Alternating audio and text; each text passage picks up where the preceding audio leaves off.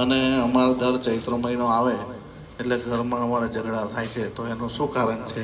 ચૈત્રી નવરાત્રિના એવા સમયમાં આવું કદાચ વાતાવરણ, આવું કદાચ વર્તન તમારા ઘરમાં ઊભું થતું હોય ને, તેનું મુખ્ય કારણ શું ખબર છે? કે એ 9 દિવસમાં દેવી શક્તિ વાઘેશ્વર ધામમાં માનતા રાખી હતી, પણ પછી આ બધું આના ઉપર ચોરી થઈ ને પછી નોકરી જતી રહી, કોઈ પૈસા લઈ ગયું. તમારી પેઢીમાં બહુ બધું છે કે જે તમારા વડીલો કરીને ગયા, આજે તમારે એ ભોગવવું પડે છે. હા હા હા. કારણ કે તમારા વડીલોમાં એકતા નથી, ભાઈ ભાઈઓ અલગ હતા બધા. શનિવારે જો તારે આ શનિનો દોષ ઉતારવો હોય ને, તો છે ને શનિવારના દિવસે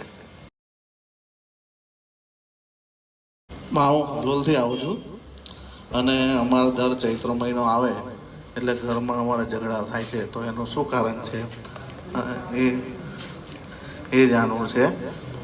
અને અમારી કુળદેવી કોણ છે એ જાણવું છે. તારા ઘરના પરિવાર બધું માનશે ને? થોડું ઘણું પાલન કરવાનું હોય. હા.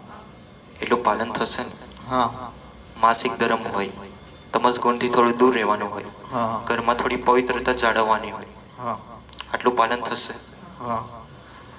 હવે ચૈત્રી નવરાત્રિના એવા સમયમાં આવું કદાચ વાતાવરણ, આવું કદાચ વર્તન તમારા ઘરમાં ઊભું થતું હોય ને, તેનું મુખ્ય કારણ શું ખબર છે? કે એ 9 દિવસમાં દેવી શક્તિ, કે જે અસુરી શક્તિ પણ હોય અને જે દૈવ્ય શક્તિ પણ હોય, એ જાગૃત થઈ જાય. એ ખાલી માત્ર 9 દિવસના માટે. હવે એ સમયમાં એ જગ્યાના દેવ, તમે એને હક અને એનો અધિકાર નથી આપતા ને, એના કારણે તમે માત્ર એને એનો હક અને અધિકાર આપો ને, તે પછી તમને નુકસાન નહીં પહોંચાડે. જો તારા ઘરમાં પણ હોઈ શકે, અથવા તો તમારા કુટુંબમાં પણ હોઈ શકે.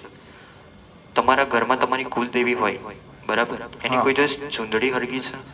ખેતર છે માતા, એમાં અમારે ડેરું બનાવેલું છે, ત્યાં 1-2 વર્ષ પહેલા ચૂંદડી સરગી હતી.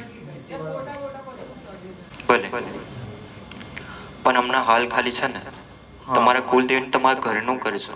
હવે એ જે દેવ છે, બરાબર, હવે એ દેવને એ જગ્યા ઉપર બેસાડ્યા હોય તો કોઈ એનું કરે છે? સવાર સાંજ દીવા કરે છે ત્યાં? પણ ના, એવું છે ને કે મારા કાકા હતા, પણ એ છે ને ઝાડ ઉપર પડીને મરી ગયા. મારા કાકી છે ને, એમનો છોકરો હાલોલ રહે, એટલે હાલોલ એમની જોડે રહેવા, એટલે ત્યાં કોઈ કરતું નથી. જે તે વખતે જીવતા હતા ત્યારે ડેરું બનાવીને ત્યાં કરતા હતા. અને અમે પણ હાલોલ રહીએ, એટલે અમારથી રોજ જવાય અવાય નહીં, લગભગ 25-30 કિલોમીટર થાય અમારું ગામ છે તે. અમારા ઘર માતા ચામુંડા માતાનો દીવો થાય છે એમાં, અને ખોડિયાર માતાનો એ કરીએ છીએ, અને એક મેલડી માતાનો, એમ 3 દીવા કરીએ છીએ. અને ચૈત્ર મહિનામાં જે તે વખતે મને જે તે કીધું એ પ્રમાણે ઘોઘા મહારાજનો દીવો બહાર કરીએ છીએ તુલસી માતાના બાજુમાં. એ રીતે જે તે મેં તને નાગદેવનો કોઈ દિવસ દીવો નહીં બતાવ્યો, તો પહેલેથી જ કરે છે. નાગદેવનો કોઈ દિવસ દીવો નહીં કરવો. એવું? હા. જે તમારાથી એટલું પાલન નહીં થઈ શકે ને, એના કારણે. કારણ કે બહુ પવિત્ર હોય. સ્ત્રી કદાચ એ દીવાની આજુબાજુથી જાય તો એને આભડછેટ પડે, એના કારણે. ચોક્કસ. તો એક માત્ર ખાલી બંધ કરી દેવો, બરાબર? હા. અને માફી માંગીને બંધ કરજો. ચોક્કસ. પણ એ જગ્યાના નાગદેવ હોય ને, તે માત્ર એને જમાડો તમે. હા, જમાડીશું ચોક્કસ. બરાબર? પણ ક્યારે જમાડવામાં? અને કોઈ પણ સોમવાર હોય ને, એ દિવસ તમે નાગદેવને જમાડી શકો. હા. તમારી જે જગ્યા છે ત્યાં પણ છે, ખેતરમાં છે તો ત્યાં પણ છે. હવે એક કામ કરજો, એ જગ્યા ઉપર થોડી પવિત્રતા પાડજો. હવે તમે દીવો કરો ને, એટલે તમારી જે જગ્યાના દેવ છે ને, એ દીવામાં એનો વાસ થઈ જાય. તમે એની માફી માંગીને તમારે બંધ કરવું પડે. કારણ કે તમારાથી એટલું બધું પાલન નહીં થાય. તમારાથી પાલન નહીં થાય તો તમારા ઉપર શ્રાપ આપશે. બરાબર. અને પછી તમારું ઘર દુઃખી થશે, તમારા ઘરની સ્ત્રીઓ દુઃખી થશે. બરાબર. તો એના કરતાં તમે માફી માંગીને બંધ કરો તો વધારે સારું. બરાબર. માત્ર તમે એને ખાલી નિવેદ જમાડો. ચોક્કસ. પૂનમ હોય, સોમવાર હોય, એવા એમના દિવસ હોય, તે દિવસ જમાડવાનું. હા.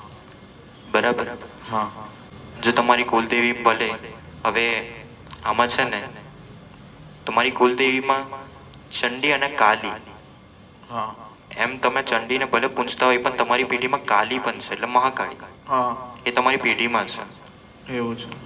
હવે માત્ર ખાલી અગરબત્તી કરજો હમણાં હાલ હા મહાકાળી માની. ઓ હવે આ જોગણીમાં વિશે તમને કંઈ ખબર છે? ના. આની તપાસ કરશો? હા જોગણીમાં વિશે આની તપાસ કરજો. જોગણી માની. હા જોગણીમાં માત્ર ખાલી 2 અગરબત્તી ઘરની બહાર કરજો જોગણી માની. ચોક્કસ. એટલે તમારી પેઢીમાં જ છે આ જોગણીમાં. પહેલાના સમયમાં છે ને આ જોગણીમાંનો આખો રથ જતો. તેમાંથી આવી જોગણીઓમાં હોય ને 64 જોગણી કહેવાય. એવી રીતે એક જોગણીમાં હોય ને ત્યાં દીકરી પાછળ આવે. હવે જે દીકરી પાછળ આવે એટલે એવું માનવું કે આખી તમારી પેઢીમાં એ દેવી શક્તિ જોઈ. એટલે માટે તમારે એનું સમાધાન કરવું પડે. બરાબર. એટલે તમે એને માત્ર અપનાવી લેશો. હા તમારી પેઢીમાં બહુ બધું છે કે જે તમારા વડીલો કરીને ગયા, આજે તમારે એ ભોગવવું પડે છે. હા હા હા કારણ કે તમારા વડીલોમાં એકતા નથી. હા ભાઈ ભાઈઓ અલગ હતા બધા બરાબર છે. પહેલેથી જ. હા એટલા માટે કોઈ પરિવર્તન ના થાય. હા બરાબર. પણ તમારે જો તમારું પોતાનું પરિવર્તન કરવું હોય હા માં. તો પછી આ દેવી શક્તિને અપનાવવું પડે. હા માં.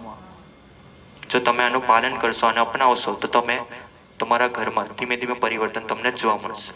હા માં. પણ આ તમારે કરવું જ પડે. એક તમારું કર્તવ્ય સમજીને તમે એને કરજો. ચોક્કસ માં. થોડું તમારાથી થાય તો પશુ પક્ષી હોય, પ્રાણીઓ હોય, એમને પુણ્ય કરવાનું હોય. ચોક્કસ. તમે જે દેવી શક્તિની ભક્તિ કરો છો એના નામ ઉપર કરજો. હા એટલું તમે પુણ્ય કરી રાખશો હા તો એ દેવી શક્તિ રાજી રહેશે, હા. ભગવાન પણ રાજી રહેશે. ચોક્કસ માં. ત્યાંથી મંગળવારનો ઉપવાસ થશે. હા માં કરીશ. 21 વાર કરવાના, સલંગ કરજે. ચોક્કસ માં. તારા માટે સારા છે એટલે તું કરજે. સારું માં. સૂર્યને જળ અર્પણ કરવાનું હોય હા એ દિવસે કરવાનું. ચોક્કસ માં. સલંગ કરજે એક ટાઈમ જમીને. હા હા, હનુમાનજી કેમ આવે એમ કે હા હનુમાન ચાલીસા રોજ કરું. હનુમાનજીની માનતા કોઈ માની હતી? માનતા ભારી ખાલી મારા યાદ નહીં, પણ તમે યાદ કરાવો તો આપણે ચોક્કસ પૂરી કરી દઈશું. કેમ કે અમને એક બે. કારણ કે હનુમાનજી આવે એટલે કહું છું.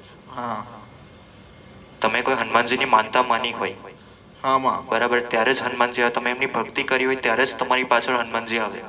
હા બરાબર.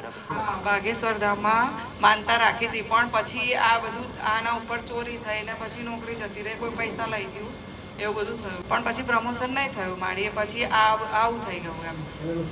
હા એક કામ કરજે, તમે એ ટાઈમ પર હનુમાનજીની માનતા કેવી રીતે માની હતી?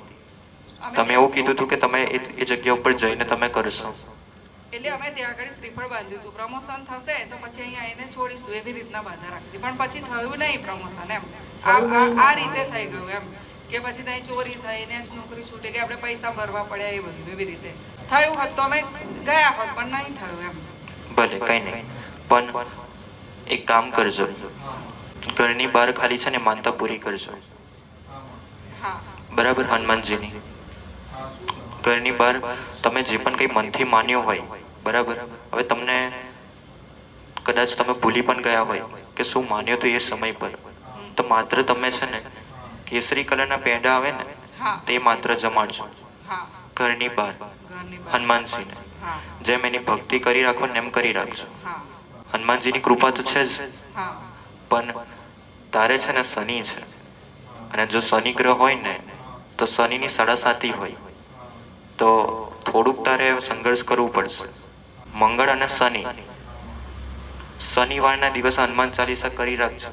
શનિ અને મંગળ કોઈ દિવસ ભૂલતો નહીં. શનિવારે જો તારે આ શનિનો દોષ ઉતારવો હોય ને તો છે ને શનિવારના દિવસે ઘરની બહાર એ શનિદેવને માત્ર તમે જમાડો ને તો પણ શનિદેવ રાજી રહીને એની સરાસાથી ઉતરે. માત્ર તમારા ઘરની બહાર શનિદેવને જમાડવાનું. શનિદેવને જેટલું થઈ શકે એટલું, બરાબર, ગોળ અને રોટલીનો ચૂરમો જમાડજો. આટલું જમાડજો. પેદા હોય તો પેંડા પણ જમાડજો તો વધારે સારું. કેમ કે ચૈત્ર મહિનામાં અમારે એટલો બધો કકરાટ થાય, બહુ જ કકરાટ થાય, અને એ પછી અમારે 6 મહિના સુધી તો અમારા ઘરમાં એકબીજાને બોલવાનું નહીં, કશું જ નહીં. માત્ર ખાલી તમે તમારા જગ્યાના દેવને સંભાળી લો અને એક મશાની મેળી માને સંભાળી લો તો થઈ જશે. આટલું કરજો. મારી મસાની મેંદી માતાની અગરબત્તી કરવાની. હમણાં જો આ ચૈત્રી નવરાત્રિ છે ને તેની પહેલાં છે ને અને ચૈત્રી નવરાત્રિના દિવસે પણ તમારી કુલદેવીને તમે કદાચ નિવેદ જમાડો તો એની પહેલાં એ મશાની મેળી માને જમાડજો. તો એને જમાડશો ને તો તમારી કુલદેવીને સારી રીતે નિવેદ જમાડી દેશે.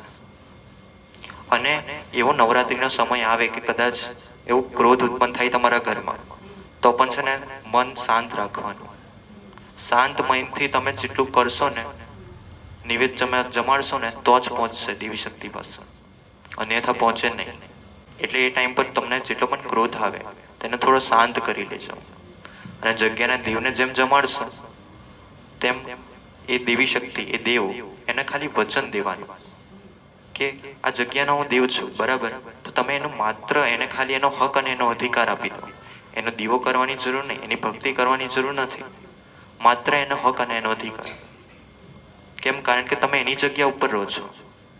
હવે એની જગ્યા ઉપર રહીને તમે જો એનો હક અધિકાર ના આપો ને તે તમને દુઃખી કરે. પછી કંઈ એવો પણ સમય આવી જાય કે તમારી અંદર એટલી આળસ આવી જાય કે તમને કામ કરવાની પણ ઈચ્છા ના થાય, કાર્ય કરવાની ઈચ્છા ના થાય. આ જગ્યાના દેવ તમને કરાવે.